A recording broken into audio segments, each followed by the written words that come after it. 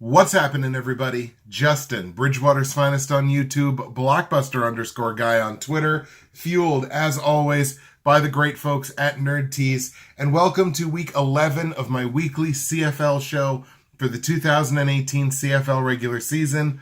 And today's going to be an interesting one. It's going to be weird, probably a little uncomfortable, hopefully not uncomfortable to watch, but at least uncomfortable to film, because I'm going into this week completely blind. So just a little bit of backstory, I guess. It's just been a really super busy weekend and week for me, and especially with trying to get my scheduling right where it needs to be with both the NFL show and the CFL show going on simultaneously. It's been a bit of what I'd call a work in progress, and unfortunately, along with my actual work that, still got to pay the bills, just hasn't allowed me the time that I need in order to really put the show together like I normally do. Like, I'm going to give you a little behind the scenes here. Whenever I go into one of these shows for the CFL, I have at least like 4 pages of notes and thoughts and things to bring up. I have one sheet today, and that's literally what my results were and what the standings are. And I got the standings off of Google. I literally have not looked at CFL.ca. I don't even know who's playing this week. So while this isn't going to be a strict one-taker, because my God, I don't think I could do a one-taker at this point in my hashtag YouTube career. It's not going to be a strict one-taker, but there's going to be a lot less editing in this video, and this video is probably going to be shorter because, again, I'm going into this completely blind. So all I have is I have my trusty tablet, and my tablet, I'm about to open it up and go to CFL.ca, and that will legitimately be the first time this week that I've actually seen who is playing this week. Before we do that, let me update you on the standings, and then we'll get to the rest of the tire fire that will be my Week 11 picks. So, East Division. Ottawa won last week. That moves them to 6-3. They are 3 full games, basically, ahead in the East Division. That is now, I would say, all but decided unless the wheels totally fall off of Ottawa, outscoring opponents 27-23.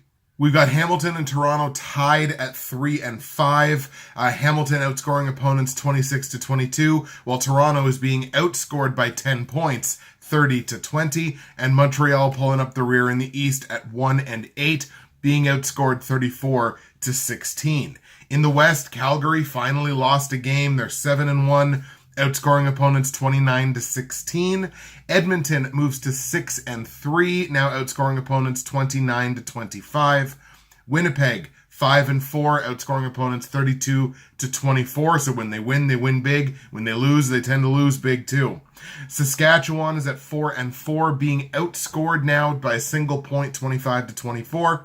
And BC at 3-5, being outscored 27-23. And part of my motivation for changing things up this week is that last week I really took it on the chin. I was only 1-3 straight up. That has me 23-15 on the season. Against the spread, I whiffed. I got none of them, and I think that might be the second time in 4 weeks, maybe even the second time in 3 weeks that that's happened. So we're back down to 18-20 against the spread. Not where we want to be. We got to work to bring that back up.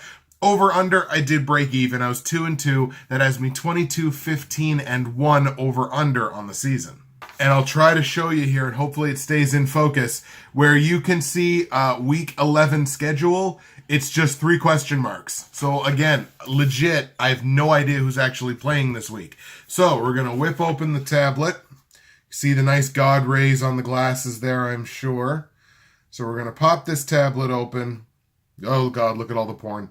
All right, so we're going to go to CFL.ca.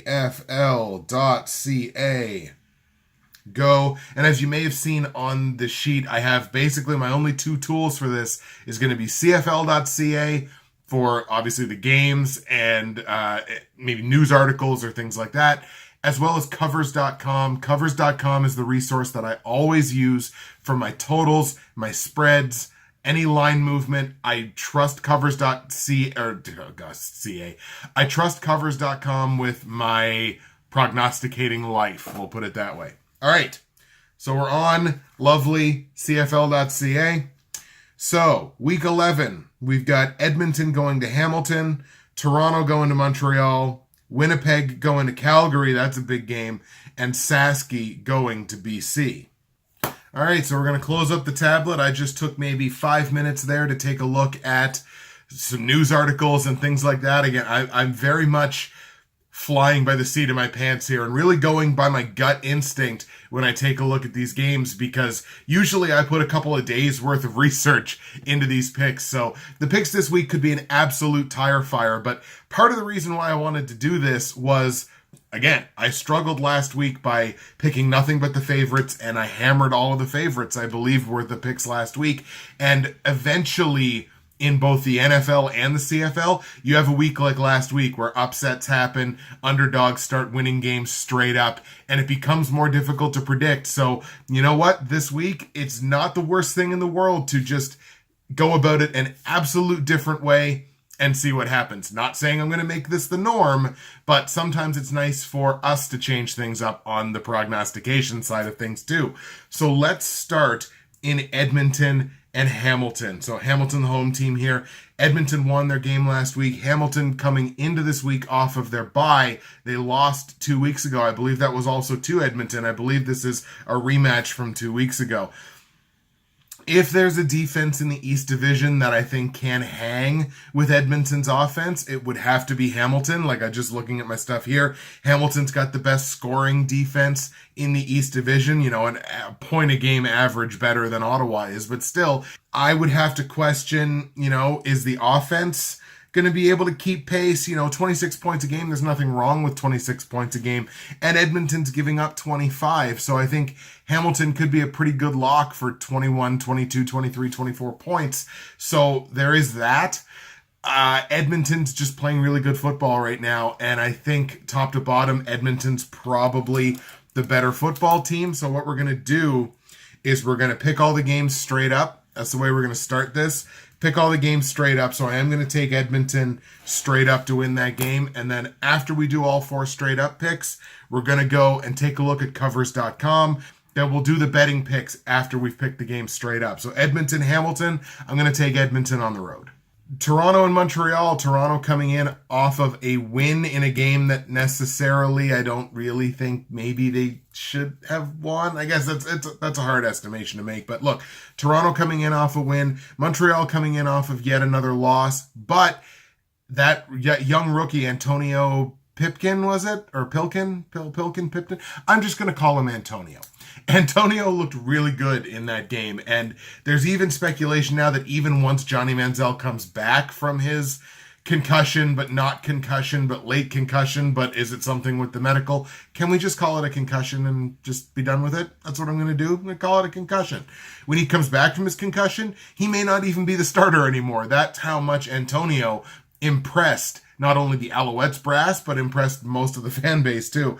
And this is 2 teams that are really struggling to play defense. Toronto's kind of turned the offense around a little bit.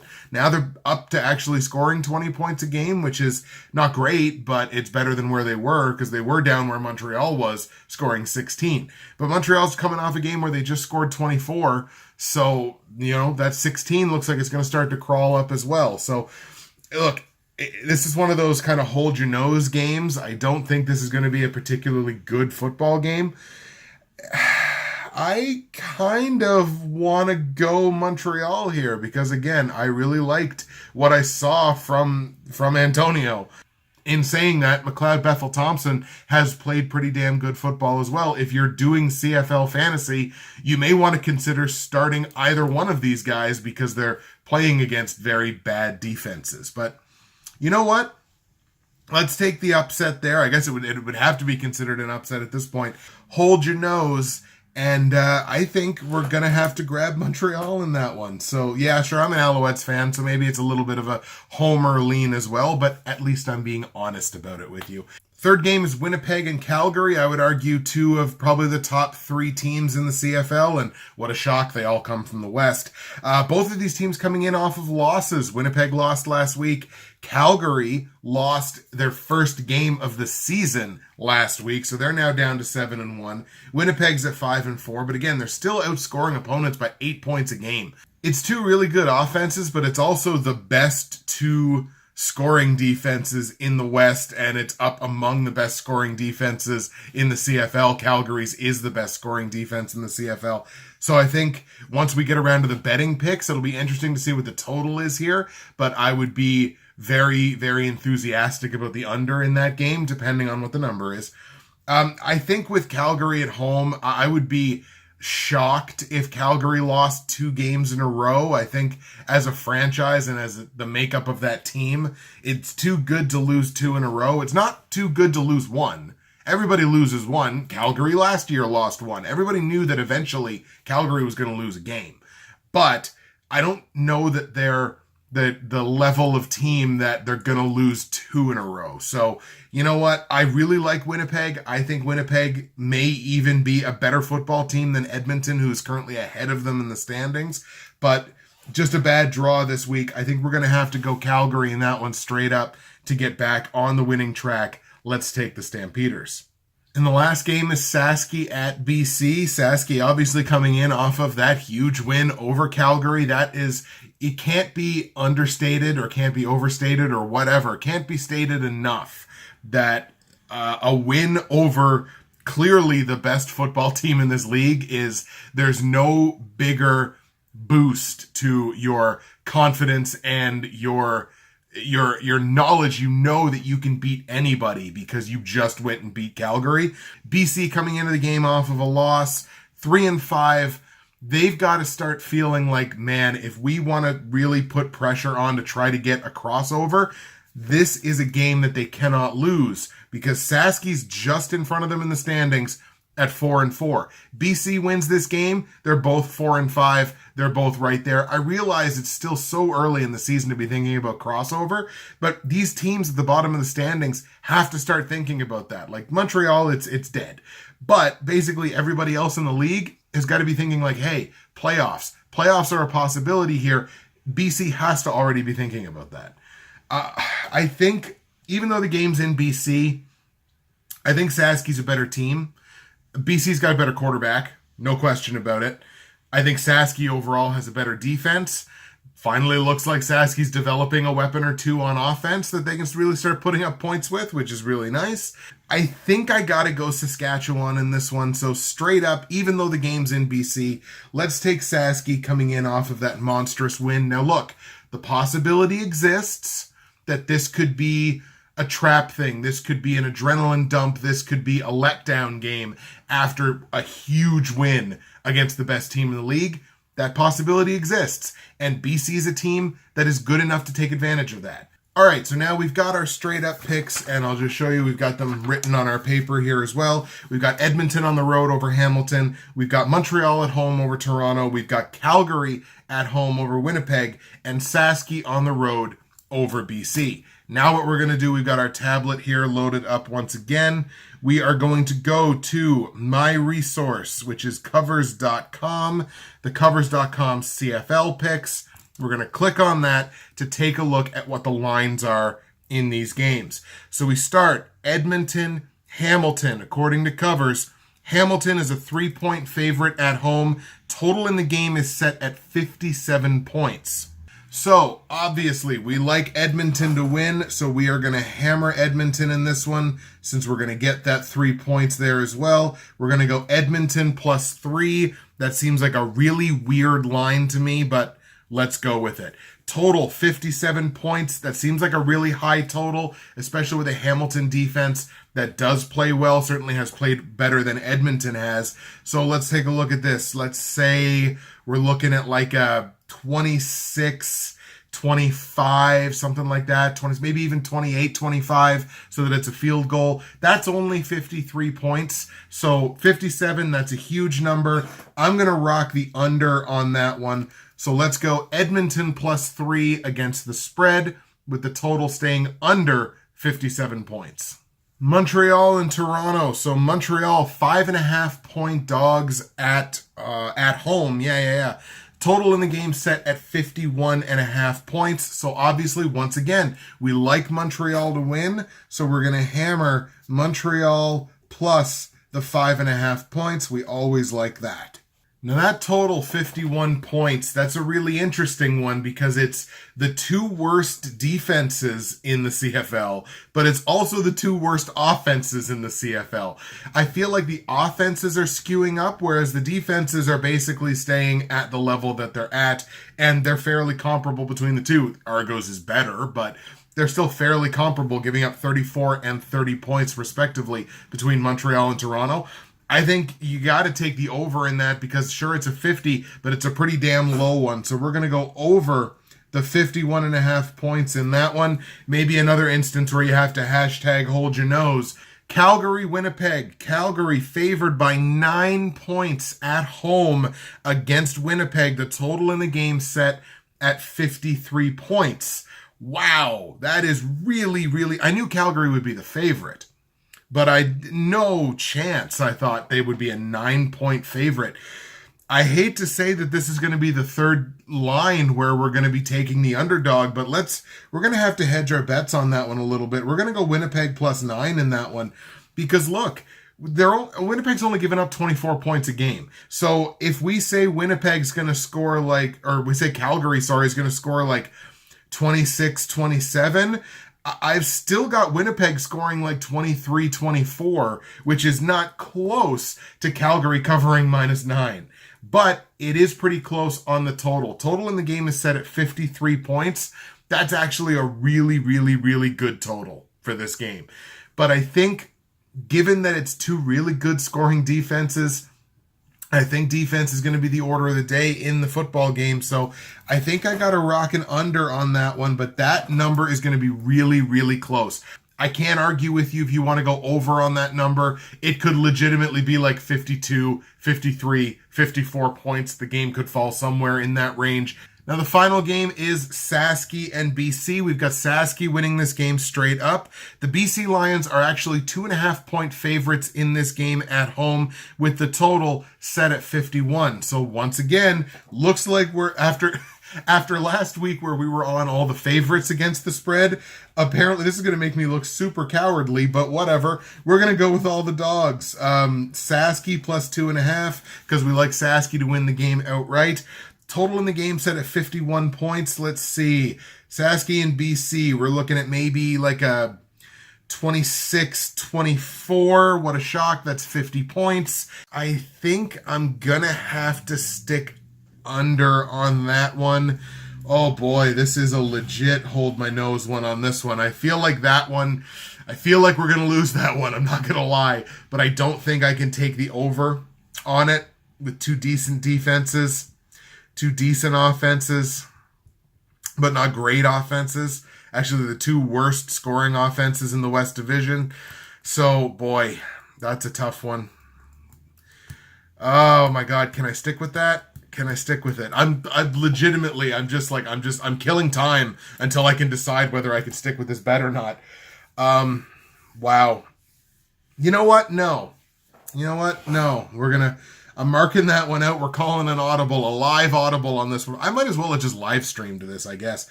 I'm going to change that. I'm going to go over the 51 points. That's going to be so close, though. That's legitimately going to be 50, 51, 52, somewhere in there. But no, I'm going to go over the 51. I'm going to assume that Saski's offense is again starting to really... look, they put up, 40 points on Calgary last week? So the tablet is closed up. Here are your full list of picks. I got Edmonton on the road in Hamilton, beating the Ticats. I like Edmonton plus 3 on the line and under 57 points in that one. I got Montreal at home over the Toronto Argos. So I like Montreal plus 5.5 against the spread. Game goes over 51.5 points. We got Calgary at home to beat the Winnipeg Blue Bombers. But I do like Calgary to cover plus 9. That's way too many points as far as I'm concerned, even though Calgary is at home. The game stays under 53 points, a matchup of two very good defenses. And Saski on the road in BC to beat the Lions. So we like Saski plus 2.5, obviously, on the line, since we like them to win in a game that goes over 51 points. Folks, I'll let you know I would not have gotten through the stress of this week's episode were it not for the good folks at NerdTees. NerdTees.ca, promo code BWFinest. Save yourself 15% at checkout. If you're in Canada, free shipping on any order over $50. If you're in the States, great conversion on the US dollar. A bunch of great, delicious blends. Today's blend, golden apple spice, like a lovely spiced apple pie. Christmas is going to be here before you know it, guys. I said this to you last year. It's going to be here before you know it. You got somebody in your family that drinks tea, great opportunity. Give them some blends they may not otherwise try. Really stand out this holiday season.